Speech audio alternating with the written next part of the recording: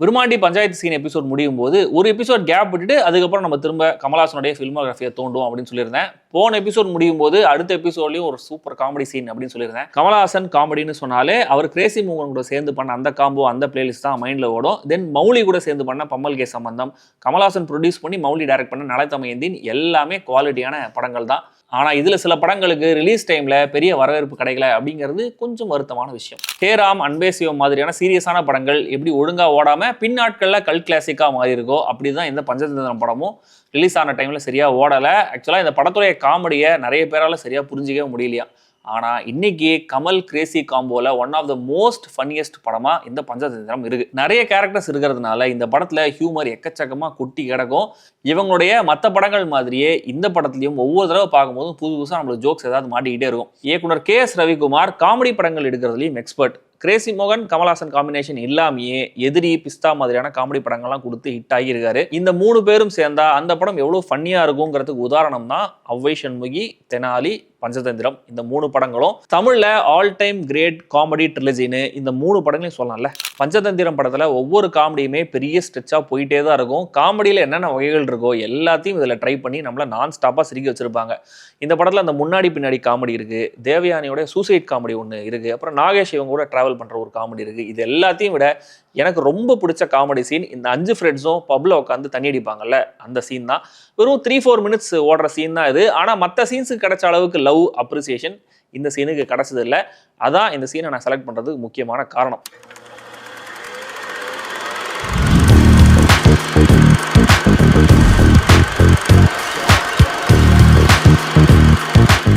இந்த சீனுக்கும் போன எபிசோட் தில்லுமுள்ளு சீனுக்கும் ஒரு கனெக்ட் இருக்கு. 2 சீன்ஸுமே ஒரே லொகேஷன்ல எடுக்கப்பட்ட சீன். அண்ட் 2 சீன்ஸ்லயுமே ஒரு கேரக்டருடைய பேரு ராமச்சந்திர மூர்த்தி. அதுல ஸ்ரீன்னு ஒரு எக்ஸ்ட்ரா வார்த்தை இருக்கும், இதுல ராம் சிஎம்னு சுருக்கி சொல்லியிருப்பாங்க. சீனுக்கான கான்டெக்ட் என்ன? கல்யாணத்துக்கு முன்னாடி ஒரு பிளே பாய் மாதிரி சுத்திட்டு இருக்கிற ஹீரோ ராம் லவ் மேரேஜ் பண்ணதுக்கு அப்புறம் சின்சியரா தான் இருப்பாரு.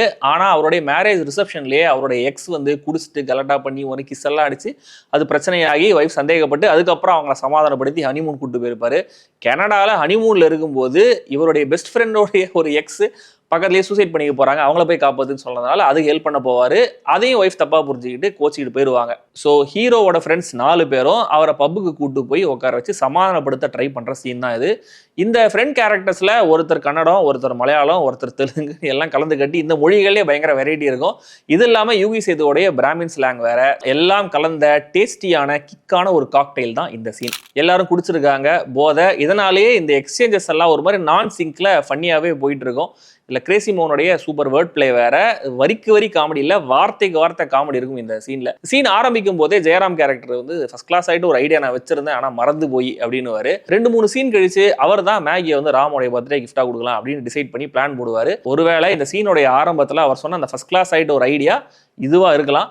அண்ட் இந்த சீன்ல இந்த ஹெக்டேங்கிற ரமேஷ் அரவிந்த் கேரக்டர் மட்டும் தான் ஒரு மாதிரி லெவல் ஹெட்டடா இருப்பாருங்கிற மாதிரி அவருக்கான லைன்ஸ் எழுதப்பட்டிருக்கும். ஜஸ்ட் 3 நிமிஷம் மட்டுமே ஓடுற இந்த சீன்ல எவ்வளவு விட்டியான வேர்ட்ஸ் அண்ட் லைன்ஸ் இருக்குங்கிறத பாருங்க.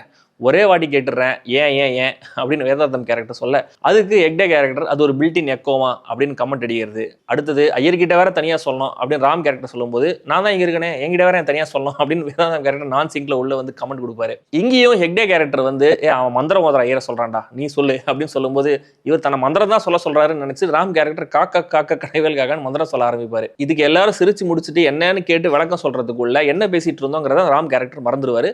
திரும்ப ஹெக்டே கேரக்டர் எடுத்து கொடுப்பாரு. அதான் இன்விடேஷன் ஏதோ சொல்லிட்டு இருந்தே அப்படின்னு. அதுக்கு ராம் கேரக்டர் எதுக்கு திரும்ப இன்விடேஷன்ல ராம்பர்ட்ஸ் மைதிலி நடிக்கிறதுக்கு வீண் செலவுன்றேன் அப்படின்னு அவர் நான் சிங்லே பதில் சொல்லுவாரு. மைதிலியை கல்யாணம் பண்ணிட்டு எப்படி இன்னொருத்தைய டிவோர்ஸ் பண்றது, இங் கொக்கத்தி என்ன சம்பறதுக்கு இருக்குது, தேலுகுவோட ஊலுட்டி தாண்டா கொலுட்டி, ஆமாண்டா குல்ட்டி தான் அப்படின்னு ரொம்ப லேட்டா அந்த ரெட்டி கேரக்டர் ரியலைஸ் பண்ணி பதில் சொல்றது. ஐஸ்ல ஐஸை வச்சா போதும், பெரிய காஷ்மீர்ல இருந்து வந்திருக்கான், ஐஸ் பாய்ஸ்னு கடைசி வார்த்தை வரைக்கும் இந்த சீன்ல காமெடி தான். அண்ட் இந்த சீன்ல என்ன சம்பர்த்து இருக்குது அப்படின்னு கேட்டது கமல்ஹாசன் ஸ்பாட்ல இம்ப்ரோவைஸ் பண்ணது. தென் ரமேஷ் அரவிந்த் அந்த பில்டின் எக்கோ ஜோக்கை இம்ப்ரோவைஸ் பண்ணியிருக்காரு. தென் யூகி சேது ஏன் தவச மந்திரம், ஐஸ் பாய்ஸ் இந்த மாதிரியான ஜோக்ஸ் எல்லாம் ஸ்பாட்ல இம்ப்ரோவைஸ் பண்ணியிருக்காரு. இப்படி கிரேசி மோகனுடைய ரைட்டிங்குக்கு மேல ஸ்பாட்லயே ஒவ்வொரு நடிகரும் இம்ப்ரோவைஸ் பண்ணி தான் ஒவ்வொரு சீன்லயும் காமெடியில அசத்திருக்காங்க. அண்ட் இந்த ஒட்டுமொத்த சீன்ல ஒவ்வொரு கேரக்டரோட ரியாக்ஷனும் ப்ரிசைஸா இருக்கணும், கேரக்டர்ல இருக்கணும். தனியாக நான் க்ளோஸ்அப்ல மேனேஜ் பண்ணிக்கிறேன் அப்படின்ற மாதிரிலாம் மேட்ச் பண்ணவே முடியாது. இந்த சீனை பார்க்கும்போது ஒவ்வொரு கேரக்டருக்கும் ஒவ்வொரு தடவைன்ற மாதிரி இந்த சீனை பாருங்களேன், செம்மையா இருக்கும். இந்த சீன் முடியறதுக்கு கொஞ்சம் முன்னாடி தான் இந்த மிளகா கையால சமாதானப்படுத்திட்டான்டான்ற அந்த ஜோக் வரும். ஆனா அந்த ராம் கேரக்டர் வேதாந்தம்மா பார்த்து கேட்பார்ல, இவன் ஒன்னு சொன்னா 9 கேட்கறான்டா இவன் அப்படின்னு. அவர் அந்த டைலாக பேசிட்டு இருக்கும் போதே பக்கத்துல ஜெயராம் கேரக்டர் பச்சை மிளகாய் எடுத்து கடிச்சிருவாரு. அந்த காரம் சருன்னு அவருக்கு ஏறிடும். நான் கவனிச்ச வரைக்கும் ஆக்சுவலா அவர் தெரியாம தான் அந்த மிளகாயை கடிச்சு அது சருன்னு காரம் அவர் மண்டையில ஏறி இருக்கு. அதுக்கு ரியாக்ட் பண்ணியிருக்காரு. ஸ்டில் அந்த கேரக்டரை பிரேக் பண்ணாம கடைசி வரைக்கும் சூப்பரா மேனேஜ் பண்ணியிருந்தாரு. விஷுவலா இந்த சின்ன சீன்ல ஒரு மேஜிக் இருக்கு. இந்த ஒட்டுமொத்த சீனுமே 2 ஷாட்ஸ் தான். ராம் கேரக்டர் தண்ணி அடிக்கிற அந்த க்ளோஸ்அப்ல இருந்து சீன் ஓப்பன் ஆகும், அங்க ஒரு கட்டு. அதுக்கப்புறம் கண்டினியூஸா 1 நிமிஷம் 47 செகண்டுக்கு ஒரே ரவுண்ட் ட்ராலியில போயிருப்பாங்க. இந்த கோல்டி ஜோக்குக்கு இவங்கெல்லாம் கை தட்டும் போது அதை தப்பா புரிஞ்சுட்டு அந்த பப்ல இருக்கிற டிஜே தேங்க்யூ ஜென்டில்மேன் அப்படின்னு அவரும் நான் சிங்க்ல உள்ள வந்து ஜோக் பண்ணுவாரு. அப்ப மட்டும் கட் பண்ணி அங்க ஒரு ஒயிட் ஷாட் போயிருப்பாங்க. திரும்ப இங்க வருவாங்க, ரவுண்ட் ட்ராலி கண்டினியூ ஆகும். அடுத்து 30 செகண்டுக்கு சிங்கிள் ஷாட், இந்த சீன் முடியும். இப்படி சிங்கிள் ஷாட்டா இல்லாம கட்டா போயிருந்தா இந்த சீன் இதே அளவு எஃபெக்டிவா இருக்குமா அப்படிங்கிறது எனக்கு தெரியல. இவங்களை விட்டா எல்லாரும் பேசிட்டு இம்ப்ரோவைஸ் பண்ணிட்டே இருப்பாங்க, சீனை முடிக்கவே முடியாது, நம்ம சிங்கிள் ஷாட்டா எடுத்து முடிச்சிடலாம் அப்படின்னு இயக்குனர் K.S. ரவிக்குமார் அந்த ஸ்பாட் எடுத்த முடிவா கூட இருந்திருக்கலாம். ஏன்னா பஞ்சதந்திரம் ஷூட்டிங் ஸ்பாட் எப்படி இருந்துச்சு, எல்லாரும் எப்படி டயலாக்ஸ் இம்ப்ரோவைஸ் பண்ணி போயிட்டே இருப்பாங்க, சீனை முடிக்க முடியாம அவர் எப்படி கஷ்டப்பட்டாருங்கிறதெல்லாம் நிறைய பேட்டிகள்ல சொல்லியிருக்காரு. ஆனா எப்படி கேரக்டர் பிரேக் பண்ணாம சிரிக்காம எல்லா கேரக்டர்ஸுக்கும் ப்ராப்பரா இம்பார்ட்டன்ஸ் கொடுத்து எல்லாருக்கும் ஒரு ஆக்ஷன் ஒரு டயலாக்லாம் கொடுத்து இந்த சீனை எடுத்து முடிச்சாங்கிறதே ஆச்சரியமா இருக்கு. இந்த படத்துல குவர்க்கியான ஒரு ஐடியா இருக்கு. ஹீரோயின் அவங்க குழந்தைகிட்ட ஒரு போட்டோ ஆல்பம் வச்சு கதை சொல்ற மாதிரி தான் மொத்த கதையும் போகும். ஆனா அது போட்டோஸ் மாதிரி இல்லாம பெயிண்டிங் மாதிரி தான் இருக்கும். ஜஸ்ட் காமெடி படம் தான் லைட்டா எடுத்துக்காம விஷுவலா ஸ்ட்ரைக்கிங்கா ஒரு ஐடியாவை யோசிச்சு வச்சது அப்ப பெருசா தெரியலனாலுமே கூட இப்ப பார்க்கும்போது ரொம்ப நல்லா இருந்தது. அண்ட் இந்த photo album idea post production decide பண்ணாங்களாம்.